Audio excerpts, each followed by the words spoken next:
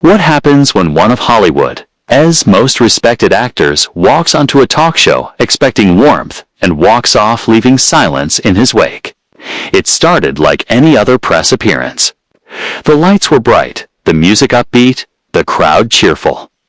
Samuel L. Jackson, a man who'd done more interviews than most hosts had guessed, stepped onto the set of the Tamron Hall show with that familiar swagger and grin that had charmed audiences for decades.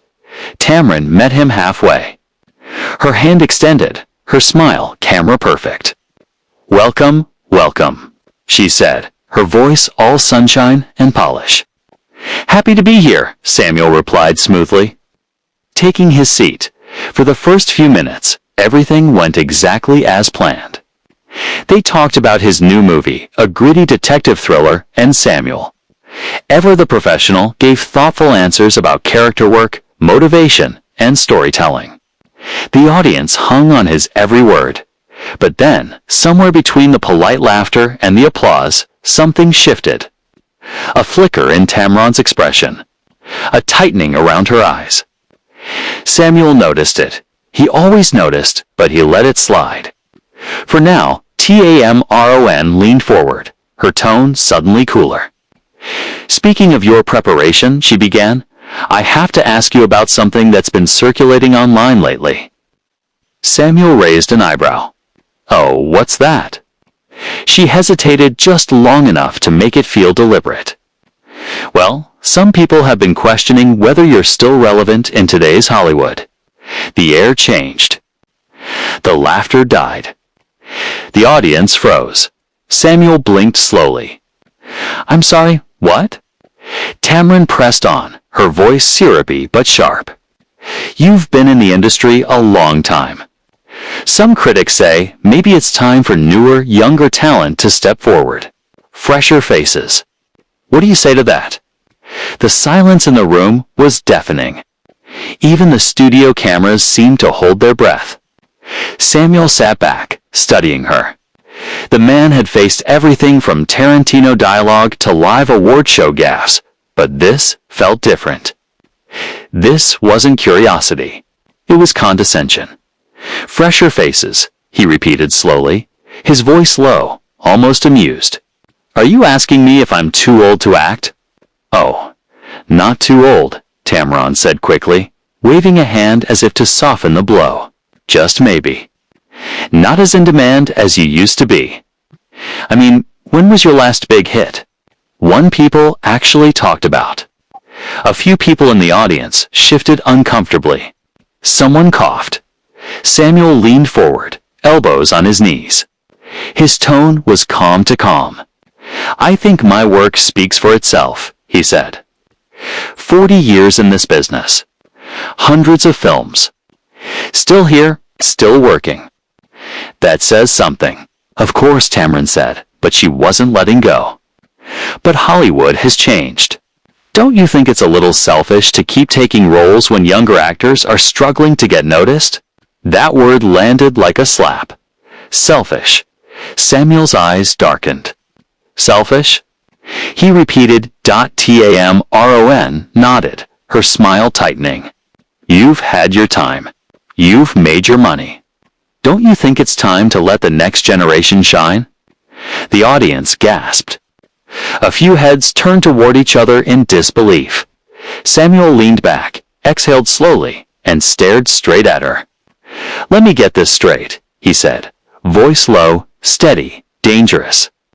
"You invited me on your show to tell me I should quit acting." Tamron laughed awkwardly. "I'm just saying what a lot of people are thinking. It's not personal, it's just the reality of the business." "The reality of the business," he repeated, shaking his head. "And what exactly qualifies you to tell me about that? You ever grind your way through rejection for decades? You ever fight for roles they said weren't for you? You ever have to prove you belong over and over because of how you look, where you came from, or what your name is?" Tamron's smile faltered. The audience was dead silent now. "I'm a journalist," she said stiffly. "It's my job to ask tough questions." "Tough questions." Samuel's tone rose, just slightly. There's a difference between a tough question and a cheap shot. You didn't bring me here to talk. You brought me here to test me. To make a moment. Congratulations. You got it. He stood, slowly. Deliberately, the audience gasped again. Louder this time. Samuel Tamron began. But he was already pushing his chair back. He adjusted his jacket, smoothed his shirt, and looked her dead in the eye. "I've got nothing left to prove," he said quietly. "Not to Hollywood, and definitely not to you." Then he walked off the set. No shouting, no theatrics. Just quiet authority, the kind that comes from a man who's earned every ounce of his legacy. The camera stayed rolling for a beat too long. Tamron sat frozen, her smile gone, her cue cards trembling slightly in her hand. And somewhere in the control room, a producer whispered the words everyone was thinking. Did Samuel L. Jackson just walk out? "I'm just trying to have an honest discussion," she said, forcing a smile. Samuel let out a dry, bitter laugh. "Honest? There's nothing honest about this. You ambushed me. You waited until I was sitting here, under your lights, in front of your audience, to throw that at me." "They're not accusations," Tamron shot back. Defensive now. "I'm asking legitimate questions about your career trajectory." "It's my career trajectory," Samuel repeated, his tone razor-sharp, "is none of your damn business. And even if it was, you don't get to sit there and tell me I'm too old or irrelevant. You don't have that right." The audience froze. The crew behind the cameras exchanged anxious glances.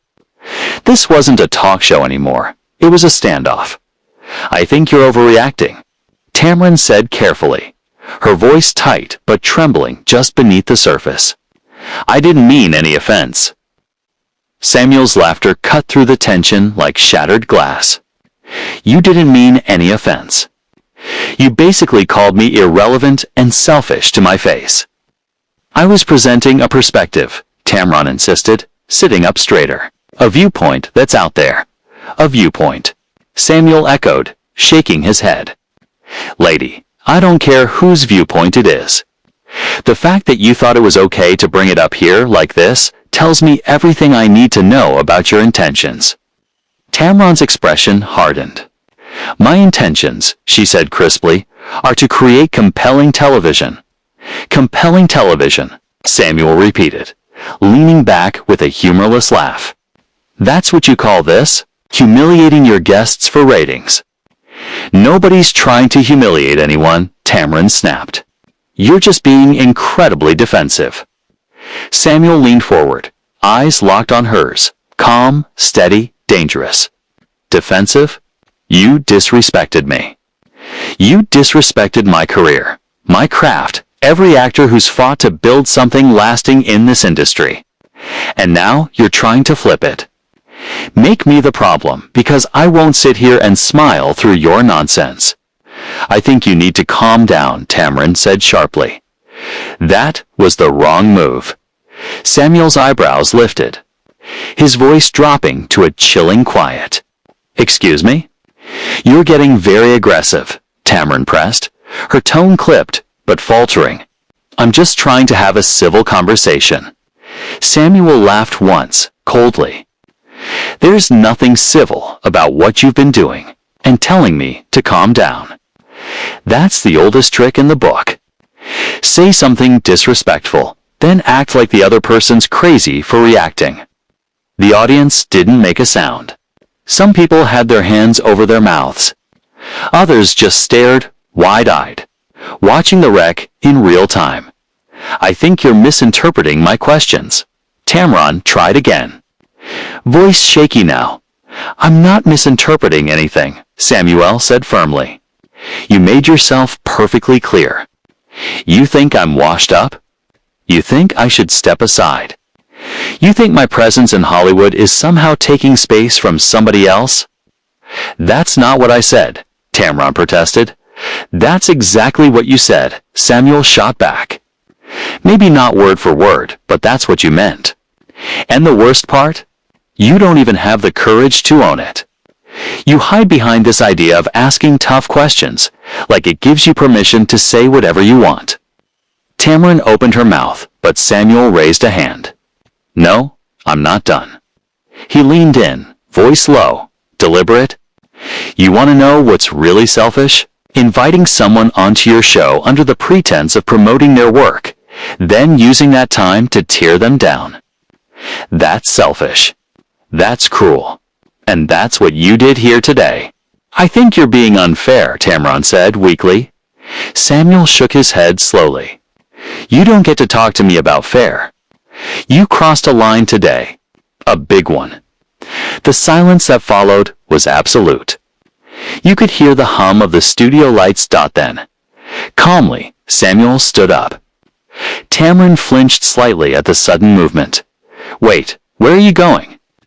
She asked, her composure cracking.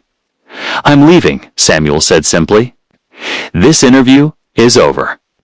You can't just walk out, Tamron said, panic creeping into her voice. We're in the middle of taping. Samuel gave her a cold look. Watch me? He unhooked his microphone, the tiny click echoing through the quiet set. Please sit down, Tamron said, trying to sound in control again, but the authority was gone. Let's talk about this. There's nothing left to talk about, Samuel said, dropping the mic onto his chair. You said what you wanted to say. Now I'm doing what I need to do. But we still have 10 more minutes, Tamron blurted, her voice trembling now. What am I supposed to do with 10 minutes? Samuel paused at the edge of the stage, turned, looked her dead in the eye. That's your problem. Not mine, he said quietly. Maybe spend it thinking about how to treat your guests with respect. For a heartbeat, everything was still. Then came the sound of clapping. Uneasy at first, then louder. A ripple of applause followed Samuel as he walked off the set, calm, proud, unmoved.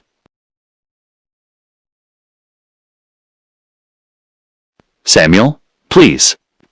Tamron called after him. But he didn't even turn around. The audience was still clapping, some out of support, some just out of shock. A few had even stood up, uncertain whether to cheer or gasp. The energy in the studio had curdled into something tense, electric, and deeply uncomfortable. The crew stood frozen. No one moved. No one dared to. Tamron Hall sat there for a beat too long, staring at the empty chair across from her. The space where Samuel L. Jackson had been just seconds ago felt enormous now, loud in its absence. She blinked, looked toward the cameras, then at her producers off stage. Her face flushed with a mix of anger, embarrassment, and disbelief. She had lost control of the interview, the room, and now her own show. Finally, she forced a smile that didn't reach her eyes. Well, she said tightly, trying to compose herself. That was unexpected. The audience gave a few awkward chuckles, but no one was buying it. The damage was already done. She'd pushed too far, and everyone knew it. One of Hollywood's most respected actors had just walked off her set live. In front of millions, a producer rushed in from the wings, whispering urgently in her ear. Tamron nodded faintly, eyes darting toward the floor. The cameras cut. The lights dimmed. The applause sign flickered out. Silence. The audience sat there, stunned, processing what they had just witnessed. Then, slowly, they began filing out, murmuring, shaking their heads, replaying the explosion in whispers. Samuel L. Jackson was already halfway down the corridor, his security detail flanking him, his stride long and unwavering. His assistant jogged to keep up, clutching a phone, breathless. Are you okay? She asked. Samuel didn't break stride. His jaw was locked, his eyes forward. I'm fine, he said evenly. Just get me out of here. That was intense, she said carefully. He stopped for half a second, turned his head slightly. She crossed a line, he said quietly. I've dealt with tough interviews before. That wasn't journalism. That was disrespect. They pushed through the back doors of the studio. Bright afternoon sunlight spilled over him. Samuel paused, took a deep breath, and for the first time since walking off stage, his shoulders eased. "Should we release a statement?" his assistant asked. He shook his head. "No, I said what I needed to say in there. Let people make up their own minds." Tay would. Within hours, clips of the confrontation would flood the internet. Twitter, TikTok, YouTube, all ablaze. Headlines would read, "Samuel L. Jackson walks out on Tamron Hall." Before the studio could even draft a press release, everyone would have an opinion. Everyone always did. But right now, Samuel didn't care. He just wanted to go home. He hadn't cursed. He hadn't shouted. He hadn't said anything he'd regret later. He'd simply stood up, spoke his truth, and walked away, his dignity intact. That was enough. The set was almost empty now. Cables coiled, cameras powered down. And the echo of what had just happened hung thick in the air. Tamron sat alone in her chair, staring at the floor. Her earpiece had been removed. Her cue cards scattered across the table like debris after a storm. Her producer approached cautiously, tablet in hand. "We need to figure out what we're going to air," he said gently. Tamron didn't look up. "I know. This is going to be everywhere," he continued. "We need to get ahead of it. Statement, context, something." She nodded, her expression vacant. The color had drained from her face. Whatever point she'd been trying to make with her aggressive line of questioning, whatever viral moment the producers had hoped for had just blown. Up in her face, she hadn't exposed Samuel L. Jackson, she'd exposed herself. The room around her buzzed with low whispers, but she barely heard them. The cameras were off, but the story had already gone live. Somewhere down the hall, Samuel was already gone, and for the first time in her career, Tamron Hall wasn't sure how to recover from what had just happened, or if she even could. Tamron sat motionless in her chair long after the lights dimmed. The crew moved cautiously around her, packing equipment in silence, as if afraid even a single word might set her off again. She thought she'd been being bold, provocative, even pushing boundaries for the sake of good television. But what she'd really done was push too far. In chasing a viral moment, she'd alienated one of the most respected actors alive and made herself look small, petty, and mean-spirited in the process. "How did this happen?" she whispered, not really expecting an answer. Her producer didn't respond. There was no need. They both knew exactly how it happened. It always happened the same way: someone got too confident, mistook provocation for professionalism, and forgot that the person sitting across from them was a human being who deserved respect. And Samuel L. Jackson had reminded the world of that today, not through anger or theatrics, not through insults or outrage. He did it with something far more powerful: restraint.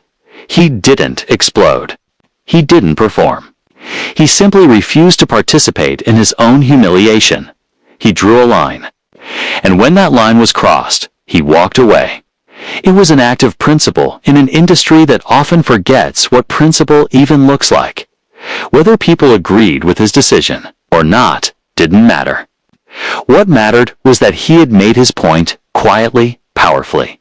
Undeniably, the cameras had captured everything. The disrespect, the rising tension, the moment of realization, and finally, the walkout. It was all there, preserved forever in high definition, and when people replayed the footage, they'd see it clearly: the condescension in Tamron's tone, the flicker of disbelief in Samuel's eyes, and that moment when a man decided he'd had enough. In the hours and days that followed, the conversation would twist and morph. Some would say Samuel overreacted. Others would hail him for standing his ground. Talk shows, podcasts, and op-eds would debate who was right. But the truth was much simpler than any headline could capture. A host disrespected her guest. The guest called her out. And when she doubled down, instead of apologizing, he left. That was it. That was the story. Outside, Samuel's car pulled away from the studio.